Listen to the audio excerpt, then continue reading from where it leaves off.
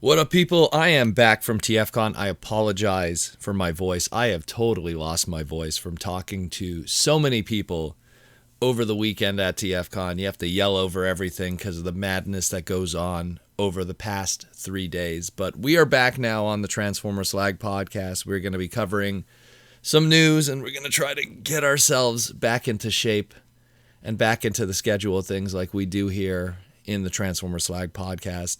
And again, thank you to everyone who came to TFCon, all the kind words. Man, it was tons of people just saying how much they love what we do here.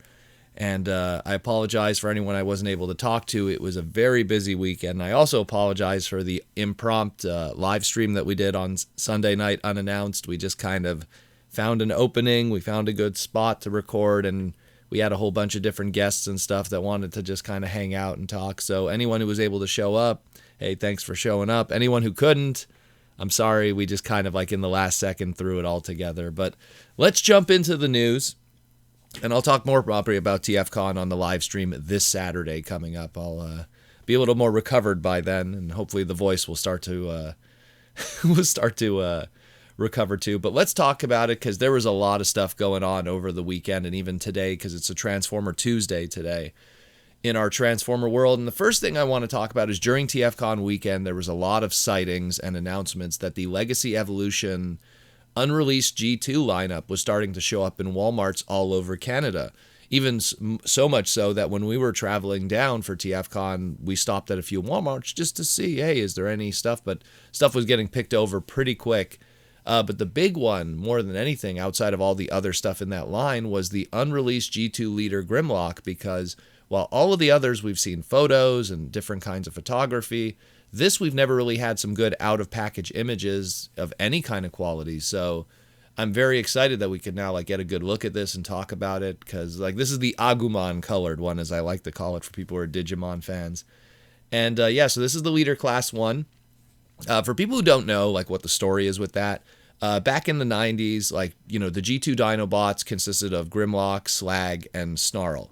And those were released in a bunch of different colors and little different color waves, but we never got Swoop or Sludge. There was plans to do a second wave of those Dinobots with Swoop and Sludge, as well as Grimlock in a new color scheme to kind of pad out that 3-figure case, and it just never happened, and those Grimlock colors just never saw the light of day, but it was that color scheme that was intended for it. And we would not even know that this thing was even going to exist along with the other two until years later with BotCon, and of course some of those original art boards surfaced on eBay. So today we have that. Showed up in Walmart. Some people bought it, took some really nice photos. So shout out to them who took the photos and gave us a good idea of what's going on here. The G2 Universe Leader Class Grimlock. So it doesn't come with the wheelie. It's kind of similar to what happened with the Shattered Glass version. It doesn't come with wheelie. And I was kind of hoping with the absence of wheelie that maybe they could include a sword to really phone home that original art of the G2 version from the 90s. But, it is what it is. There's the limitations within the tooling, what is on the tooling to begin with from the origins of that mold. So I get it, why the sword wasn't there. But it would have been cool, if the budget to balance it. But it does look really good, though. I really like how it looks. I love the colors on it. While it is missing some of the little decos that were on the original art, there were some deco hits on the original art on the shoulders, on the hips, on the knees. It still looks really good. I mean, they did keep the deco for the one that was on the chest, so that's a nice little, at least they kept that, so it's something that's dynamic in the robot mode on the chest, that little deco hit. I assume that most of the budget probably just went into the tiger stripes all over the dino body, and in all honesty, I understand, because that's the way more important aspect of this version, to have all those tiger stripes all over the dino mode. So it looks really good, though. I dig it a lot. I almost can't even decide which mode I'm going to want to have it displayed in.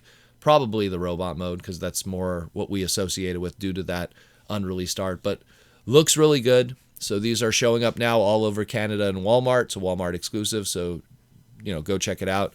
No doubt will be showing up in the USA any moment, so keep your eyes out. Check out Walmart's, and they will be popping up shortly. And speaking of Walmart, we also have the other Walmart exclusives that we got to talk about. So we talked about this a couple of days ago, but we now have the official releases due to the Transformer Tuesday today of the Wave 3 Transformers the Movie Retro reissues. And we talked about him a few days ago. We kind of broke down what's different from the originals, and it's the Skywarp and the Shrapnel of this Wave 3. And we finally got some deeper information about these.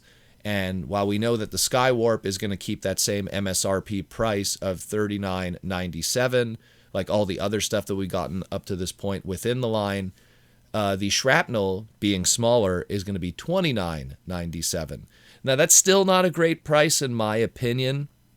And I think that Hasbro is trying to play with that price due to the fact that it now comes with 6 Energon cubes. The stock images obviously show, it just comes with 1, and the box also shows that it just comes with 1.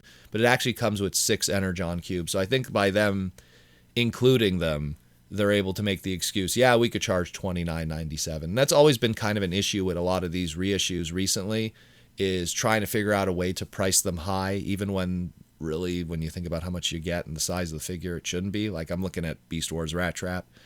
But that's a whole other story. But the point is, anyway, so, we did a segment about it, breaking down what's different between the two, and if you want to get this one, why it's different from the original, and you could pick which one you want to get. So go check out that segment if you want. But this is available right now on Walmart.com. Hasbro Pulse has some limited stock of it too. Pre-orders are up. Go check them out if you are interested. And the last thing we're going to cover is another exclusive. We have a Target exclusive that dropped also, and it's that of the Transformers MPM, the movie, 2007 movie series, MPM-14 Bonecrusher. So this is pretty cool. Bonecrusher is just one of those guys that is iconic just from a trailer, if anything, alone, when that movie hype was happening. And now he has his Masterpiece version. So this one here looks really good. It comes with an alternate face. It comes with tons of... actually, we'll start from the top here. It comes with die-cast parts, so that's really good. Over 180 different deco hits on it, 50 points of articulation, an alternate face, alternate claws, 6 different blast effects, so a lot of cool stuff that it comes with. That alternate face is the dead face that he had. It's when Prime first punched him, and then his eye popped out and everything, and then later on when Prime put his sword through his head and then ripped it off, it had just that damaged face with the eye popping out. So that's you get that brutal accessory with it. Seems to be a theme now with Hasbro. They like to make dead Transformer stuff. Very interesting. The alternate claws, it's the claws that both go on his crane and, of course, on his robot mode hands. So you have those two because they were used in different moments on the highway and fighting with Prime. So that you have those two. And the 6 blast effects, they're all like fire blast effects that you could clip on him. That's kind of made to just emulate when he emerged from the bus that he split in half and he was engulfed in flames when he was doing that. So if, I guess if whenever we get a good bus Transformer, I'm looking at you, Transit, if we ever get him, you could kind of reenact that in a lot of ways, and that'd be pretty cool. So this is going for $164.99. Pre-orders are up right now. It's on Target.com, and of course, limited inventory on Hasbro Pulse if you want to get it. So pick your poison of how you want to pick it up. And it will be shipping out November 26, 2023, so not too far away before the year is up. And I think this is great because I'm just happy that he's getting a Masterpiece, because while he was a big deal, with the movies, and he has a cult, he's kind of one of these cult favorites with the fans as a character. He didn't get nowhere near as much toys as his other 2007 movie counterparts, Blackout, Starscream, even Brawl, kind of had more toys than him, and repaints. So, yeah, he did get a good studio series, in 2018, so that was pretty good. He got a repaint recently, too, with Target. So this is a fantastic, addition to anyone's collection. The first movie still, in my opinion, tops all of the live-action movies up to this point. And so any of those characters that kind of emerge from that always get a little bit of special love. And Bonecrusher was definitely one of them, too, because, again, he was the trailer boy. He was in that trailer, and everyone remembers him, going down the highway and cutting that bus in half. Even though his scene was short, it was memorable.